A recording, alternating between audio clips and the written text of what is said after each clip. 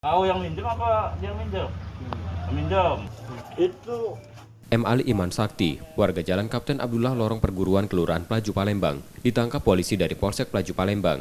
Tersangka ditangkap setelah menganiaya keponakan perempuannya MJ. Peristiwa bermula saat tersangka masuk ke kamar korban untuk meminjam charger handphone. Korban memberikannya dengan cara melemparkan charger ke tersangka, yang membuat tersangka marah. Tersangka kemudian memukul korban di kepala dan bahu bertubi-tubi, membuat korban terluka. pinjam casan karena si korban ini cara memberikan casannya itu melempar ke tersangka merasa mamangnya tidak dihargai, makanya langsung terjadi pemukulan. Korban mengalami luka bagian apa, Bang? Muka di sipis, terus sempat dikejar pakai parang. Kini tersangka ditahan di tahanan Polsek Pelaju untuk proses hukumnya.